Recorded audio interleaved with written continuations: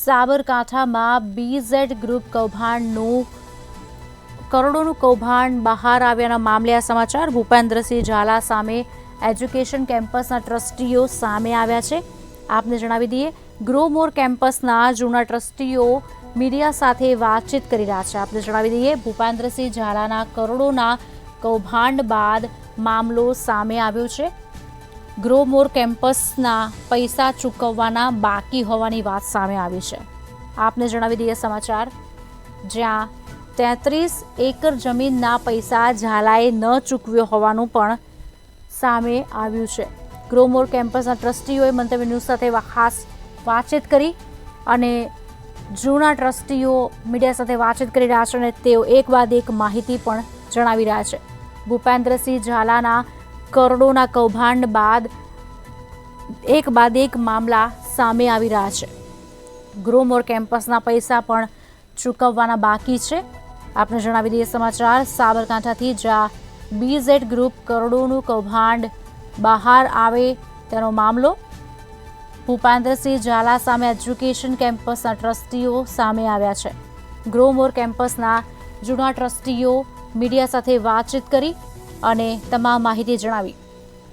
ભૂપેન્દ્રસિંહ ઝાલાના કરોડોના કૌભાંડ બાદ મામલો સામે આવી રહ્યો છે.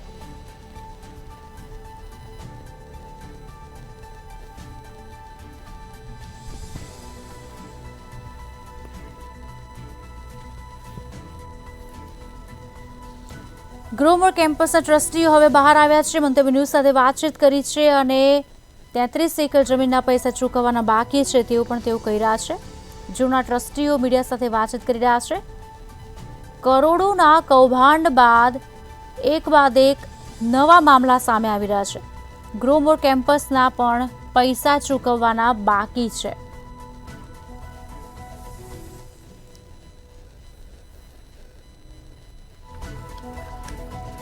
આપને જણાવી દઈએ, ભૂપેન્દ્રસિંહ ઝાલા સામે એજ્યુકેશન કેમ્પસના ટ્રસ્ટીઓ આવ્યા છે.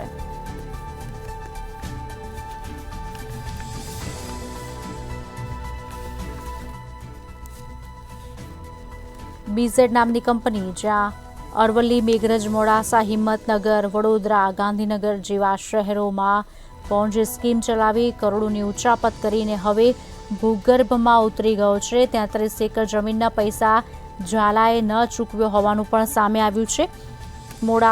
મોડસ ઓપરેન્ડીના ભાગરૂપે અલગ અલગ સ્કીમો પણ બહાર લાવતો હતો. અપક્ષમાંથી પણ ઉમેદવારી નોંધાવી હતી.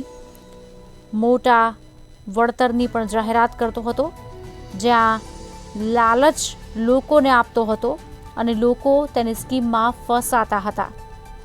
જો કે સરકારી કર્મચારીઓ, જેમાં પોલીસ કર્મીઓ અને શિક્ષકોનો સમાવેશ થાય છે, 5 થી 6 હજાર કરોડની ઉચાપતની વાત છે. આ